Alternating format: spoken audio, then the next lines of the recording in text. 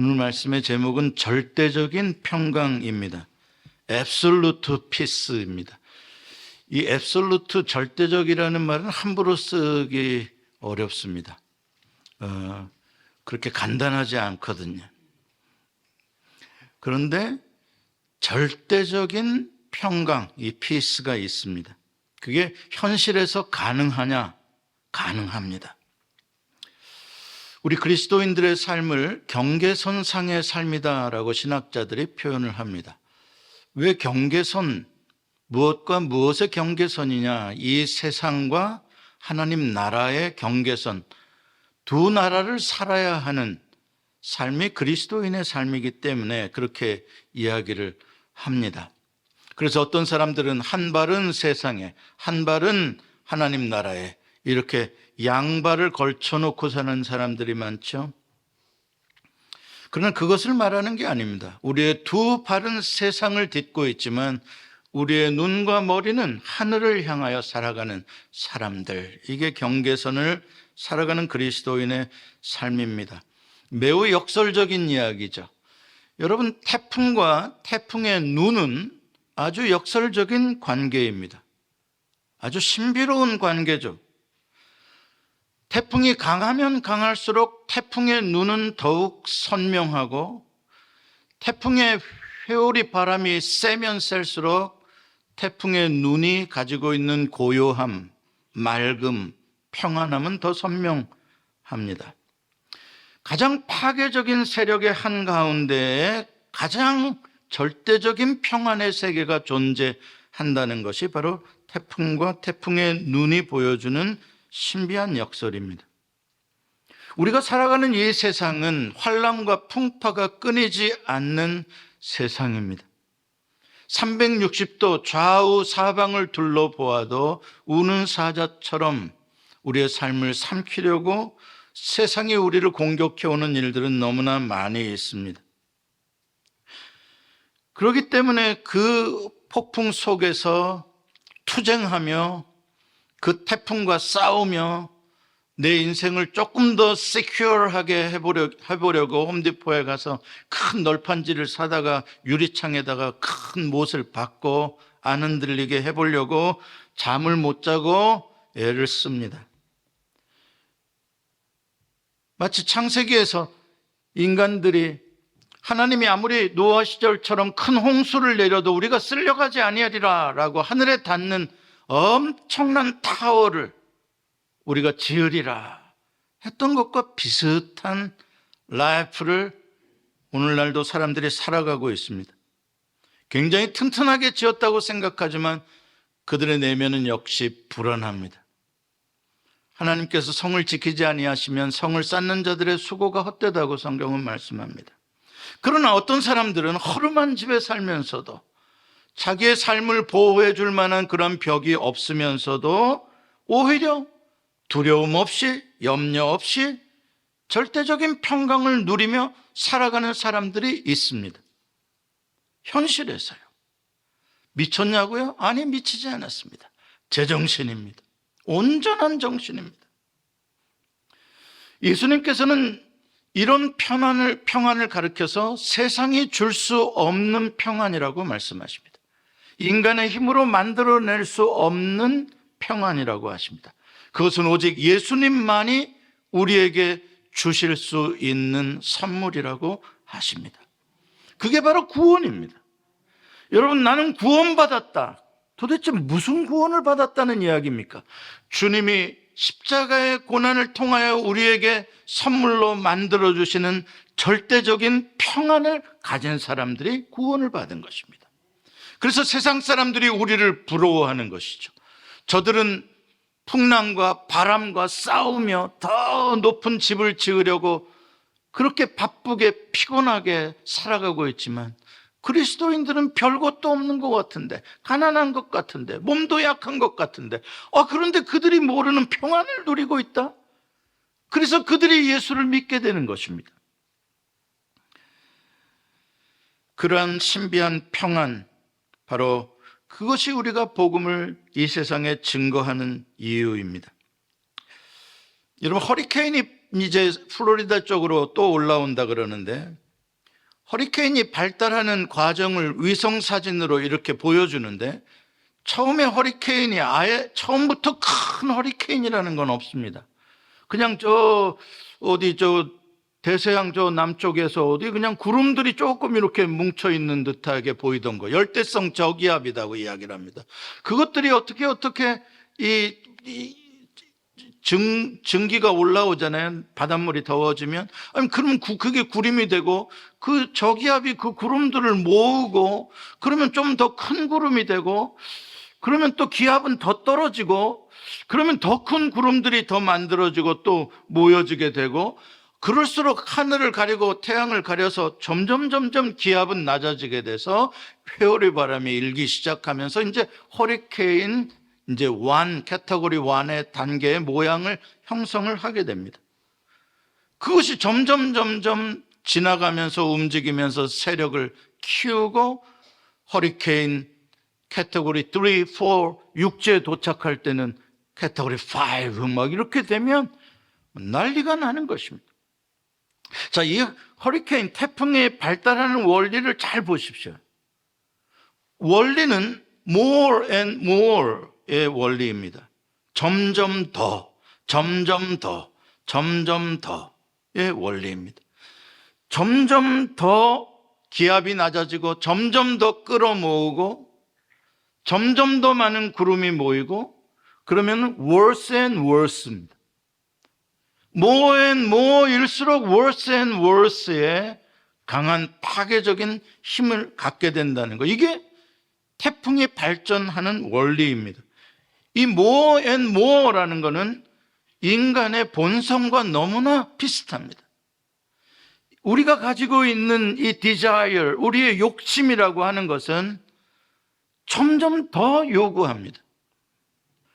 꼭 필요한 것만 있으면 살던 시절이 있었는데 이제는 그 필요한 게 점점 가짓수가 많아지고 있습니다. 100년 전만 하더라도 꼭 필요한 게 40가지가 안 됐다고 합니다. 인간이 살아가는데. 근데 지금 100년 후에 지금 우리들이 꼭 필요하다라고 하는 건 400가지가 넘는다고 합니다. 40년 전만 우리가 원하는 원트들이 오늘날 우리가 다 필요로 하는 니드가 되었습니다. 인간의 욕구가 그렇습니다. 이게 원트인지 니드인지 구별을 못합니다. 어린아이들이 그렇죠. 마치 그거 안 사주면 죽을 것 같이 덤벼듭니다. 없어도 되는 건데요. 아하방이라는 사람이 욕심을 내기 시작합니다. 성경에 보면 나봇이라는 사람의 포도원이 좋아 보이는 거예요. 자기가 가지고 있는 포도원은 그보다 좋은 게 한두 개겠습니까? 천지 사방 땅이 다 지 건데요. 그런데 나봇이라는 사람이 가지고 있는 그 포도원, 그 조그만한 포도원 하나가 그거 갖고 싶어가지고요. 그 욕심이 점점 욕심이 많아지니까 막 근심이 돼서 잠을 못 자는 거예요. 병이 되는 거예요. 그러니까 이세벨이 당신 왜 그러냐고. 저 나봇의 포도원 저거 좀 가졌으면 좋겠는데 그거 못 가져서 내가 지금 병이 된다고. 이런 말이 되는 이야기입니까? 모든 세상을 소유한 왕이 그 자기 백성 소유한 거 그거 못 얻었다고. 예? 말이 안 되는 것이죠. 뭐가 진짜 니드고 뭐가 원트인지 구별을 못하는 것입니다. 이렇게 우리는 점점 욕심으로 더 많은 것을 끌어모으려고 하고 그것은 점점 우리의 삶을 엄청난 회오리바람과 같은 소용돌이 속에 몰아넣습니다. 불안해지기 시작합니다. 아니면 내가 다른 사람보다 좀 더 가지고 있으면 우월하다고 뽐내고요. 다른 사람들보다 좀 못 가지고 있으면 나는 없어서 어떡하나라고 또 열등감, 상실감에 빠집니다. 여러분, 우리가 살고 있는 이 세상은요, 카테고리 5짜리 허리케인과 같아요. 거대한 자본주의의 그런 물질 만능주의가 회오리바람처럼 우리를 휩쓸고 있는 거예요. 우리의 삶을. 우리의 삶은 그 경계선에 있어요. 태풍의 눈, 절대적인 평안 안에서 살 것인가, 아니면 그런 어마어마한 자본주의의 물질 만능주의의 회오리바람 속에 들어갈 것인가는 아주 우리는 그 중간에서 아슬아슬하게 살아가고 있는 것이죠. 그 회오리바람 속에 휩쓸리게 되면 계속 빌빌빌빌 나를 빌이 쫓아오고 또 도망가야 되고, 빌을 갖기 위해서 더 열심히 일을 해야 되고, 잠을 못 자고 고통당하고 몸이 아파도 일어나서 나가야 되는 것이죠. 삶은 점점 분주하고 공허하고 불안해지기 시작합니다. 성경은 이것을 인간의 원죄라고 말합니다. 아담과 하와가 선악과를 따먹었습니다. 왜요? 니드였나요? 그걸 먹어야 살았나요? 아닙니다. 하나님은 모든 것을 먹고도 남고도 먹을 수도 없을 만큼 다 주셨습니다. 그런데 자기가 먹지 못하는 그 하나를 갖고 싶었던 것입니다. 그건 욕망입니다. 디모데전서 6장 10절 말씀 같이 한번 읽어봅시다. 시작. 돈을 사랑함이 일만하게 뿌리가 되나니 이것을 탐내는 자들은 미혹을 받아 믿음에서 떠나 많은 근심으로써 자기를 찔렀느니라. 여기서 돈이라는 말은 나쁜 말이 아닙니다. 뭐가 문제냐? 사랑한다라는 것이 문제입니다. 돈을 좋아하는 것 정도도 아닙니다. 돈이 필요한 것도 아닙니다. 돈을 사랑하는 것입니다. 이건 더 쉽게 말해서 이런 것입니다. 돈이 없으면 나는 죽을 것 같은 겁니다. 돈이 없어서 나는 죽을 것 같아. 이게 돈을 사랑하는 것입니다. 돈을 신처럼 의지하는 것입니다. 나의 모든 인생이 거기에 달린 거라고 생각을 합니다. 이렇게 되면 그게 일만하게 뿌리가 되어서 나의 삶이 조금도 쉼을 얻지 못합니다. 여러분, 깊이 호흡을 하며 절대적인 평안을 누려보신 적이 있으십니까? 고요함 가운데 와, 편하다. 신기하다. 어쩌면 내가 이렇게 편하지? 심장이 뛰는 소리도 안 들립니다. 한번 느껴보십시오. 그거 느끼기 쉽지 않습니다. 제가 우리 식구들 다 나가고 어느 날 조용한 가운데 한번 느껴보려고 했습니다. 가만히. 그랬더니 심장이 통통통통통통통통통 뛰고 있더라고요. 제가 제 영혼에게 말합니다. 내 영혼아, 내가 어찌하여 불안해하는고? 네가 어찌하여 불안해? 너 지금 편안하지를 않구나. 무의식 속에서 이게 뛰고 있구나. 여러분, 우리의 삶이 그래요.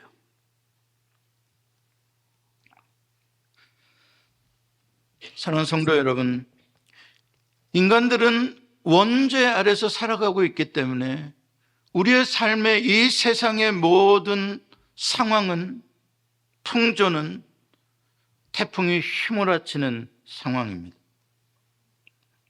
그러나 태풍 안에는 언제나 역설적으로 태풍의 눈이 있듯이 하나님께서는 우리의 태풍의 눈이 되시며 그 큰 태풍 안에서도 우리에게 절대적으로 평안한 세계를 주시기를 원하십니다.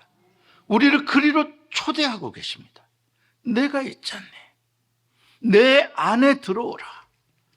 절대적인 평안의 세계, 내가 완전히 모든 것을 지켜주고 보호하고 내가 책임지는 그 공간 안으로 들어오라고 하시는 것이죠. 사도 바울은 그런 세계 가운데 자기가 살고 있다라고 이 빌립보 편지를 쓰면서 고백하고 있습니다. 사도 바울은 예수를 믿고 난 다음에 그의 인생은 완전히 태풍의 속으로 들어가는 인생이었습니다. 예수를 믿고 나서 그는 정말 잠시도 쉴 날이 없을 만큼 고난을 겪었습니다. 성경에서 그가 몇 차례 고백하는 그의 고난 핍박들을 보십시오. 우리는 그 옆에 갖다 댈 수도 없을 만큼의 카테고리 5, 6의 고난 가운데서 사도 바울은 살아갔습니다. 잠자지도 못했고요, 굶주렸고요, 헐벗었고요, 매를 맞았고요, 돌에 맞아 죽을 뻔했고요. 지금 빌립보에게 편지를 보내는 이 시간도 사도 바울은 로마의 감옥의 쇠사슬에 매여 있는 사람입니다. 이미 가이사라로부터 시작하면 감옥 생활한 지가 적어도 3년에서 4년쯤 지났을 때입니다. 그리고 이제 앞으로 순교를 당하게 되어지는 그러한 절망적인 고난입니다. 그런 가운데서 나와야 마땅한 것은 불평이고 원망이고 두려움입니다. 내가 이렇게 주를 위해 살았는데 이게 뭡니까? 내가 서바나로 복음을 전하고 싶은데 왜 내가 이렇게 묶여 있어야 합니까? 불평, 원망의 이유는 충분합니다. 그런데 사도 바울은 주 안에서 항상 기뻐하라, 내가 다시 말하노니 기뻐하라라고 이야기를 합니다. 자기가 그 기쁨을, 그 평강을 누리지 못하면서 이런 소리를 할 수 있을까요? 아니요, 그건 불가능합니다. 자기가 그런 신비로운 평강을 지금까지 누려왔고 지금도 누리고 있기 때문에 이게 가능하다고 빌립보 성도들에게 소개를 해주고 있는 것이죠. 여러분, 하나님께서 우리에게 주시는 천국의 복이라는 것은 태풍이 많은 세상에서 우리를 싹 뽑아다가 싹 휴거해다가 저 피지섬에서 살게 해주는 게 아닙니다. 저 높은 산에 올라가서 예수 그리스도의 빛나는 거룩한 영광을 보며 초막셋을 짓고 거기서 사는 게 아닙니다. 수도원을 높이 쌓고 세상과 단절된 가운데 하나님을 예배하며 살게 하는 게 아닙니다.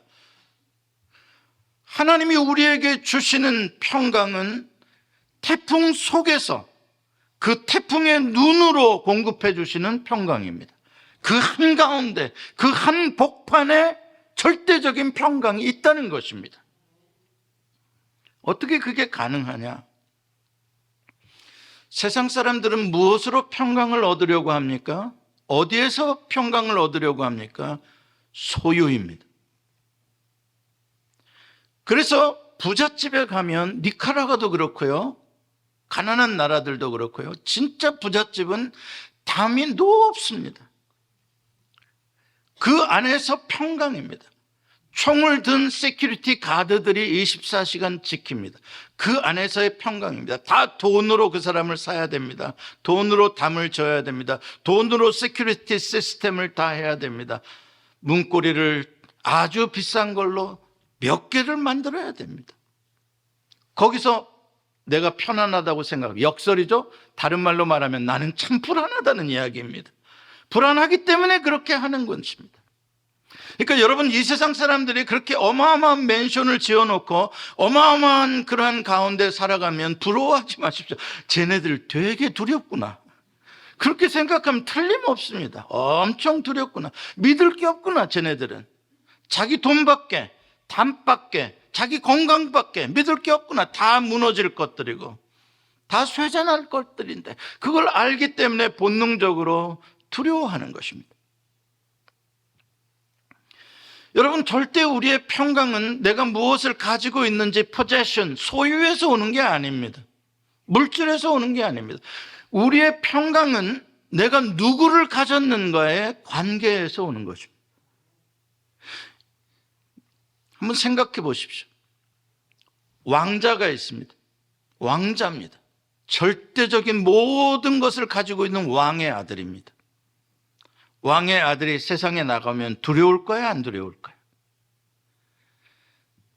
돈을 많이 안 짊어지고 다닙니다. 왕의 아들은요. 두려울까요? 안 두려울까요? 안 두렵습니다. 뭐 때문에요? 지가 많이 벌어서요? 아니요, 지 아버지가 왕이라서요. 내 아버지가 왕이신데. 관계성이 어디를 가나 물질과 전혀 상관없는 것입니다. 똑같은 것입니다. 물질이 주는 평안은 상대적인 것이요, 일시적인 것입니다. 그거는 평안을 주기도 하고 어느 때는 물질 때문에 우리의 평안이 빼앗기기도 합니다. 어제까지는 내가 이만한 집에 살면 편하다 했는데 보니까 우리 집은 가드가 없어. 옆집이 도둑 맞았대. 여보 이사 가자. 대문 있는 집으로 가자. 평안은 상대적입니다. 그러나 하나님과의 관계 때문에 누리는 평안이라는 건 절대적인 것입니다. 어디서든지 어떠한 상황에서도 하나님이 나와 함께 하시기 때문에, 나는 하나님의 아들이기 때문에 그건 변함이 없잖아요. 하나님은 선하시고 나를 사랑하시고 하나님은 전능하시고 나를 위하여 못하실 일이 없으신 분이 나와 함께 하시기 때문에, 그게 다윗의 믿음입니다. 골리앗 앞에서도 전혀 두려워하지 않습니다. 골리앗은 이스라엘에게 허리케인 5, 6짜리의 고난이었습니다. 어마어마했습니다. 그 앞에서 다들 머리도 못 들고 구멍에 다 들어갔습니다. 그러나 다윗은 그 골리앗을 바라본 게 아니라 전능하신 하나님이 나와 함께 하시는 겁니다. 골리앗이 하나님께 대들고 있는 것입니다. 사랑하는 성도 여러분, 이게 바로 사도 바울이 오늘 우리에게 전해주고자 하는 가장 복음의 메시지입니다. 사도 바울이 어떻게 그러한 고난의 가운데에서 절대적인 평강을 누렸냐? 자기가 그 하나님, 나와 하나님과의 그 관계, 예수 그리스도의 십자가를 통하여 나를 이처럼 사랑하시고 그 무엇도 나를 그 사랑에서 끊을 수 없다라는 그 하나님 때문에 나는 돈이 많다고 교만해진 것도 아니요, 나는 가난하다고 비굴해지지도 않았고, 나는 풍족해도 만족했고 풍족하지 못하고 굶주려도 나는 만족했다. 왜? 하나님은, 나를 향한 하나님은 영원히 신실하시며 하나님은 모든 것을 없는 데에서도 있게 하시는 전능하신 분이니까,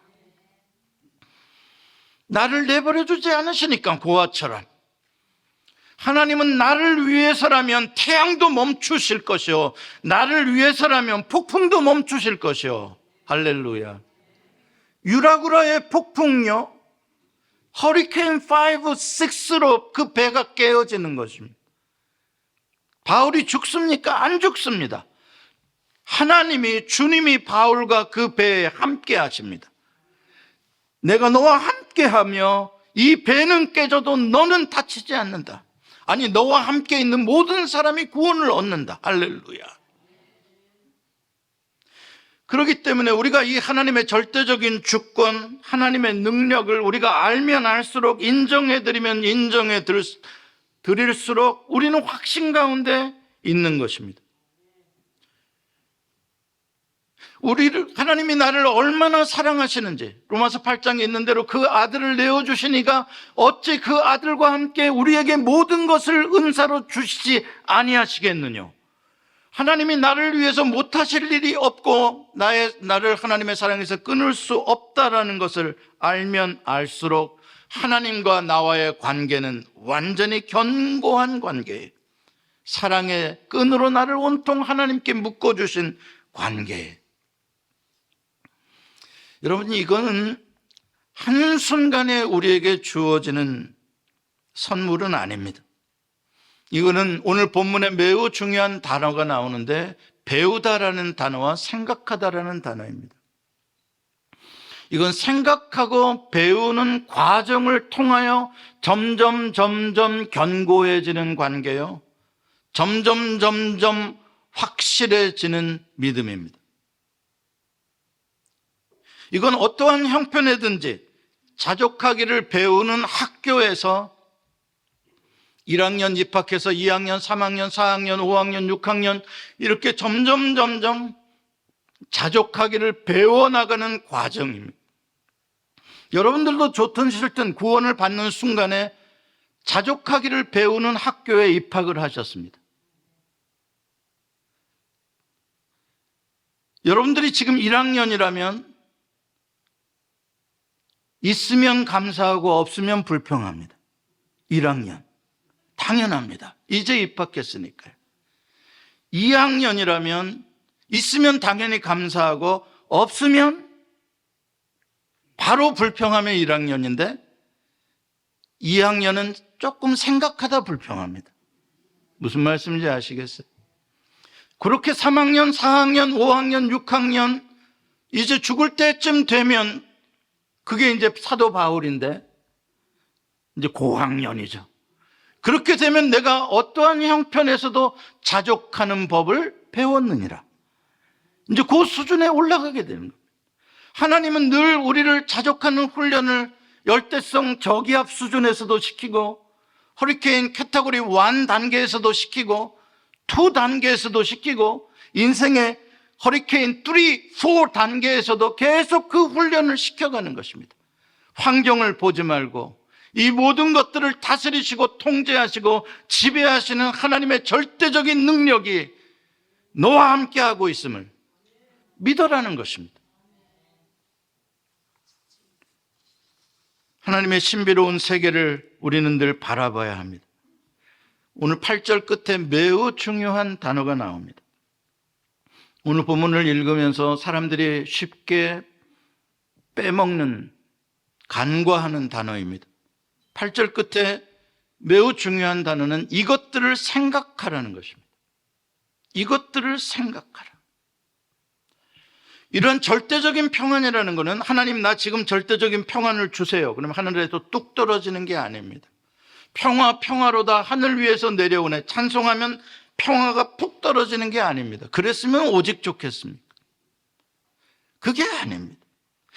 이거는 우리가 이것들을 생각하고 이것들을 더 깊이 묵상하고 이것들을 다 고려한 가운데에 그 배움의 시간을 통하여 하나님께 기도하고 아뢰고 간구하고 그러한 하나님과의 깊은 씨름의 관계를 통하여 하나님의 임재가 내 안에 충만히 들어오기 시작함으로 말미암아 태풍의 눈이 만들어지기 시작하는 것입니다. 태풍의 눈은 그냥 이루어지는 게 아니라 하늘에서 뚝 떨어지는 게 아니라 내가 하나님을 빨아들이고 내가 하나님을 앙망하고 하나님을 바라보고 하나님을 생각하는 과정에 태풍의 눈이 그 평강의 나라가 내 안에 이루어지는 것이. 그래서 태풍의 눈은 하나님의 임재인 거예요. 이 세상이 아무리 위험하고 어려워도 하나님이 임재하십니까? 안 하십니까? 하나님이 임재하십니다. 하나님은 그 하나님의 임재의 세계 천국으로 우리를 불러주신 것입니다. 수고하고 무거운 짐을 지고 세상의 회오리바람 가운데서 고생하며 살지 말고 하나님의 통치, 하나님의 주권, 하나님이 사랑해 주시고 보호하시는 세계 속으로 우리를 초대해 주신 것입니다. 그게 구원입니다. 그래서 우리는 그걸 배워가는 것입니다. 세상을 바라보지 아니하고 하나님을 생각하는 것, 하나님을 바라보는 것. 세상 사람들은 명상이나 자기 비움을 통해서 평안을 얻는다고 합니다. 호흡을 단전 아래로 끌어들이시고요, 숨을 멈추세요. 하나, 둘, 셋, 속으로 10까지 세십니다. 숨을 천천히 내뱉습니다. 참 쇼를 합니다. 그런 평안 아닙니다. 그런 평안 아닙니다. 비운다고 나 다 비웠어 이제 나 욕심 없어 그런다고 평안이 주어지는 게 아닙니다. 그러면 주님이 세상이 줄 수 없는 평안을 주신다고 한 거는 무슨 말입니까? 세상이 못 주는 겁니다. 인간이 못 만드는 겁니다. 이거는 오히려 거꾸로입니다. 하나님의 통치가 나를 지배할 때 누리는 평안입니다. 내 안에 하나님으로 채워질 때 오는 평강입니다. 하나님이 없이 비운다고 편안해지는 게 아닙니다, 인간은. 그러나 하나님의 전능하신 주권과 능력이, 그 살아계심이 내 마음을, 영혼을 지배하게 되면 나를 괴롭히던 모든 것들은 물러가게 됩니다. 그게 태풍의 눈입니다. 하나님의 인생 능력이 우리의 인생을 완전히 지켜주시는, 지속적으로 배우는 훈련입니다. 생각하다라는 단어 로기소마이입니다. 헬라어로. 이 로기소마이는 영어로 라지컬이라는 단어가 됐기 때문에 굉장히 우리가 이해하기 쉬운 단어입니다. 라지컬 띵킹을 하라는 것입니다. 로기소마이를 해라, 생각해라. 헬라어 뜻의 원어적인 뜻은 카운트라는 뜻을 가지고 있습니다. 계산하라. 로기소마이 속에 계산하라는 거예요. 계산기 두드려라는 겁니다. 신앙이라는 게 계산기 두들기는, 계산기 두드려라는 겁니다. 계산하다, 또 consider, 고려하다. 너 이거 고려해 봤니? 너 저것도 고려해 봤어? 고려하다. 로마서 8장 18절에 로기소마이가 사용되어진 아주 대표적인 말씀이 나옵니다. 생각하건대, 이게 바로 로기소마입니다. 현재의 고난은 장차 우리에게 나타날 영광과 비교할 수 없도다. 자, 여기 계산기가 두들겨졌습니다. 현재 내가 당하고 있는 고난의 크기, 계산기가 두들겨집니다. 와, 이거 현재 내가 당하고 있는 고난의 크기가 100만 불짜리다. 나 이거 하면 100만 불 로스한다. 장차 내가 받을 영광, 그것도 계산해 보라는, 두 개를 컴페어 해 보라는 것입니다. 그게 라지컬 띵킹입니다. 당연하지 않습니까? 그게 라직 아닙니까? 내가 얻을 것과 내가 잃을 것을 같이 계산해야 되지 않겠습니까? 얻을 것만 생각해도 안 되고 잃을 것만 생각해도 안 되는 것이죠. 그건 라지컬이 아니죠. 계산해 봤는데 내가 장차 얻을 영광이 지금 내가 로스할 것과 비교할 수 없이 크도다. 그러면 로스를 감수합니까? 안 합니까? 기꺼이 감수하죠. 그건 투자도 아니죠. 그러니까 현재의 고난을 눈 하나 깜짝하지 아니하고 이겨낼 수 있다는 것입니다. 그러나 장차 내가 얻을 것을 계산하지 않은 사람, 아니 그것을 조그맣게 계산하는 사람, 그러면 현재 내가 로스해야 할 현재의 고난이 엄청 크게 느껴질 것입니다. 그 손에 안 보고 싶을 겁니다. 예수님께서 빌립에게 5,000명을 놔두고 저녁 때에 너희가 먹을 것을 주어라 이야기를 하죠. 그랬더니 빌립이 계산기 두들겼습니다. 얼마가 나왔냐? 200데나리온으로도 부족하다는 거. 그렇죠? 카운트 잘했습니다. 현재의 고난, 현재 내가 지불해야 할 값이 200으로도 부족한데 200도 없다. 우리는 20도 없다. 이미 빈들이다. 이미 늦었다. 다 안 되는 것들 뿐입니다. 뭐를 컨시더를 하지 않은 겁니까? 뭐를 카운트하지 않는 거예요? Who is Jesus? 예수님은 누구신가?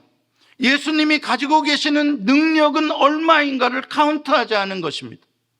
예수님은 전혀 생각하지 않은 것입니다. 그러면 당연히 현재의 문제는 나를 덮어버리고 마는 것이죠. 불가능하다, 못한다, 죽었다. 예수님의 능력을 계산해 봐야 합니다.